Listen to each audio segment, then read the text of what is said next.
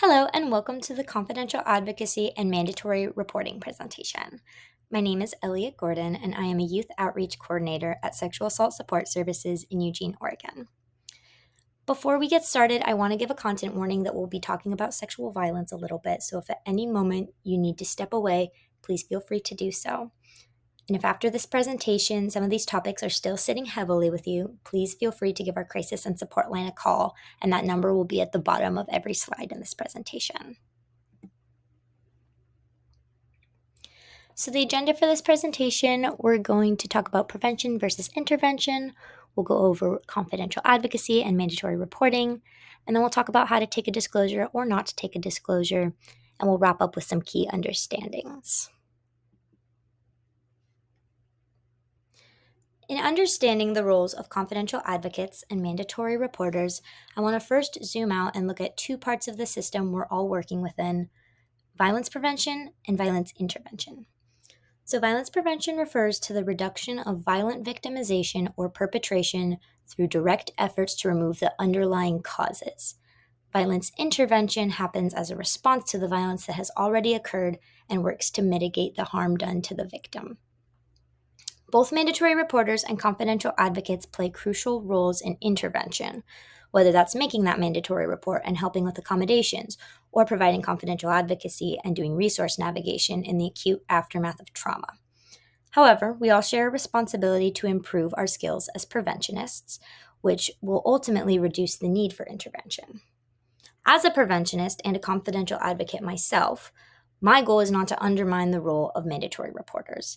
Instead, it is to emphasize that while the intervention is a necessary response, intervention is also exhausting, and there are really high rates of burnout in our respective fields because of this. Putting energy and resources into prevention work will not only help prevent violence from happening in the first place, it is also protective to our collective capacity. Unfortunately, many of our current systems and protocols are designed to be strictly responsive and focused on intervention. And I want to acknowledge that most people in mandatory reporter positions are not paid to be preventionists or do prevention work, because prevention is incredibly underfunded and can be challenging to commit to, especially when it's difficult to see the results. That's why advocates like myself are here to focus explicitly on prevention work, and part of our role is to train mandatory reporters into incorporating preventative practices, policies, and strategies into your organization. So what is confidential advocacy? Technically, the term confidential advocacy has no legal backing, and the term that we rely on is certified advocate victim privilege, which grants privileged advocates a specific legal status that exempts them from Oregon's mandatory reporting laws. Certified advocates, one, must complete a 40-hour training in advocacy for victims of domestic violence, sexual assault, or stalking, approved by the Attorney General by rule. And second, must be an employee or volunteer of a qualified victim services program. We use the term confidential advocacy because it's easier to understand at face value. SAS staff, volunteers, and every domestic violence or sexual assault organization, advocates, are covered by Oregon's advocate victim privilege for certified advocates. Privilege is a legal protection that empowers the survivor to decide whether or not their confidential communications with an advocate will be disclosed to a third party, which means privileged advocates are exempt from mandatory reporting laws. And this is true even for people who are younger than 18. We don't share information with family members, doctors or nurses, law enforcement officers, ICE, or any other organizations unless we have explicit and written consent to do so. Safety Net Project provides this useful breakdown of the difference between privacy, confidentiality, and privilege. So privacy is someone's personal choice whether or not to disclose information. Confidentiality is a responsibility to protect someone else's choices about disclosure. And privilege is a legal rule prohibiting the disclosure of private information against someone's will. So privilege is particularly useful in a legal context because it requires judges to uphold confidentiality in court. This means that neither the advocate nor the survivor can be punished for refusing to disclose information. One doesn't need to have legal privilege to practice and defend confidentiality. However, without legal privilege, confidentiality alone does not have the standing to prevent a mandatory report from being made. So, mandatory reporters, you can have confidential practices, but there are situations in which you would legally be obligated to break confidentiality. Confidentiality and privilege legal guidelines prioritize privacy of the survivors. It is intentional as its purpose is to give back autonomy to the survivor and their decision making going forward. So, as we shift focus to the role of mandatory reporters, understanding these differences and the legal boundaries that we all have is essential in our collective effort to support and protect survivors effectively.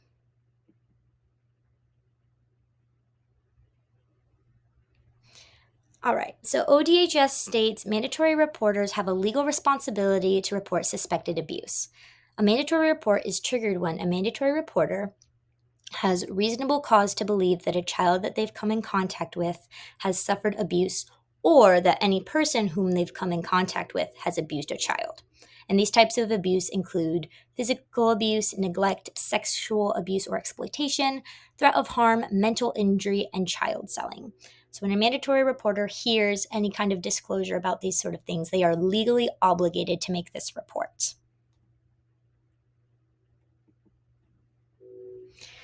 And so here I have some quick stats from the Oregon Attorney General's Sexual Assault Task Force from their campus program in 2017. Oregon passed HB 3476 in 2015, making Oregon the first state in the country to provide students with privileged trained advocates on college and university campuses. And since its implementation, there have been a 122% increase in reporting of assaults to Title IX officials, and a 138% increase in access to on campus victim services. So, this kind of just goes to show that having confidential advocates and privileged advocates on campus and available to students increases the likelihood of reporting assault.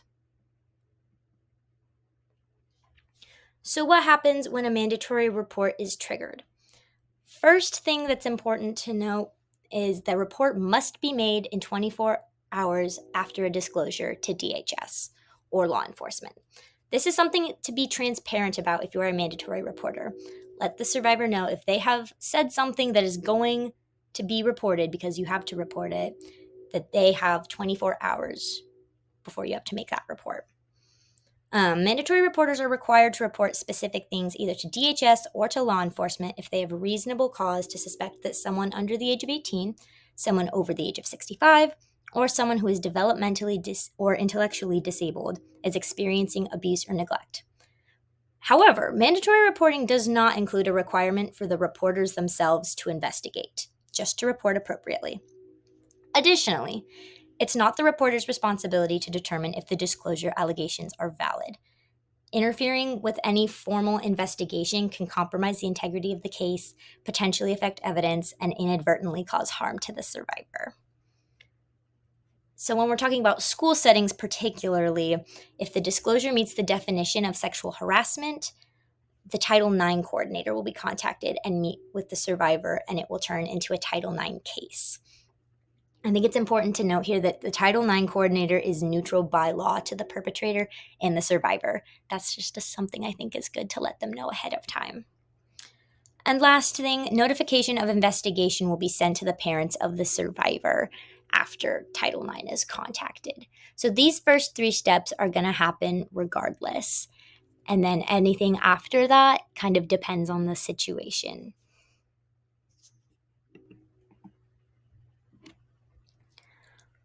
So, how will we work together? In an ideal world, advocates would be the first point of contact. This is a trauma informed practice that allows the survivor to be informed about resources available, including reporting. Ideally, the initial disclosure would be made to an advocate because the survivor had prior knowledge that confidential advocacy is an available resource to them. But since confidential advocacy isn't built into most organizations, this situation might be a little different. Mandatory reports don't always account for the survivor's privacy and wishes, which is one reason many survivors choose not to seek help. Confidential advocates offer an alternative for survivors to seek information without feeling powerless. So, what is more likely to happen is that a disclosure would be made to a mandatory reporter. And I'll go into more detail in a second about how to take a disclosure. But the two most important first steps are to inform the survivor of your reporting status and if enough has already been said that you need to make a report. So transparency, really important. And then this last thing is resource sharing. Mandatory reporters don't need to carry the burden of knowing every single resource available, but they should be familiar with where to find resource guides. So here's where collaboration with confidential advocates is key. Confidential advocates will always name reporting as one of the survivor's options, while mandatory reporters should always offer confidential advocacy as a resource. Every situation will be unique, so it's crucial to be well-versed in which resources are appropriate for the given circumstance. And like I said, while learning all of these resources can feel overwhelming, it's not about memorizing them, but it's important to know where you can find resource guides or directories in your office or organization. Even if you aren't sure about a specific resource, taking time to look it up together with the survivor can build trust and show that you are sincerely invested in helping them. And this is a small step you can take to make a big difference in how supported they feel. I also wanted to plug here that advocates are available not only for survivors, but for staff and faculty as well. And while it's important that we all know our roles, advocates can also provide guidance and technical assistance to people working with survivors. So if you're not really sure what to do in this situation or a situation that you are presented with, you can absolutely call our crisis and support line and we can give you some technical assistance and help walk you through it. All right, so now we're going to talk about how to take a disclosure. First things first, find a private space. Take the survivor to a safe space and make sure they're comfortable. Second, like I keep saying, inform them of your reporting status. Be transparent and inform the survivor if you have a legal obligation to report based on what they've already told you. Keep a calm composure. Do not react emotionally. Be aware of your tone and your facial expressions and give positive and reassuring responses to what they're telling you. They're coming to you as the adult in this moment, and while it could be a really heavy and scary thing they're talking to you about, they need you to be grounded for them in that moment. So ask what the student needs. Is there a person that they want to be with them right now? Do they have any immediate needs or concerns? Do they need food or water or a blanket maybe? Asking those kinds of questions. And last, like I also said, inform them of available resources. Explain what confidential advocacy is and that it is available to them as well as other mental health resources and accommodations. So then we have how to not take a disclosure. First thing is do not contact parents or guardians. Aside from the initial phone call that you'll have to make to report, informing other people to some extent can be scheduled around the survivor's needs, especially if that's not something that they want to happen. Don't victim blame.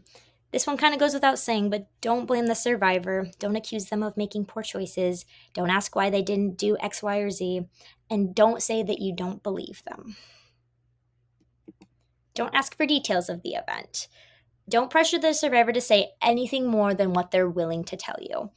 If at this point you already do have to make a report, they're going to have to retell this story to DHS and law enforcement and the Title IX officer. And retelling this event over and over again can be re-traumatizing.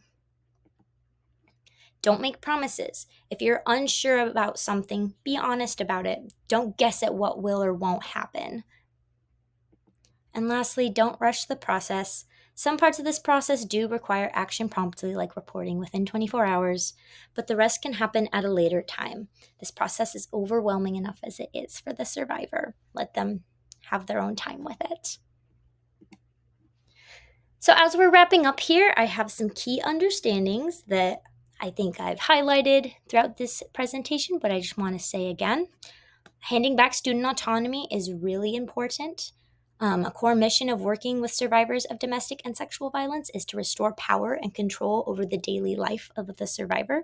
And we can do that by being trauma-informed, which is by being transparent with them.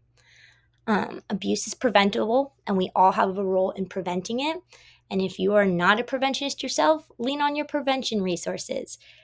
Preventionists like myself are here to do that work for you and let you know how you can incorporate prevention into your workplace. And last thing, here are some resources if you need to know a little more information about mandatory reporting and confidentiality.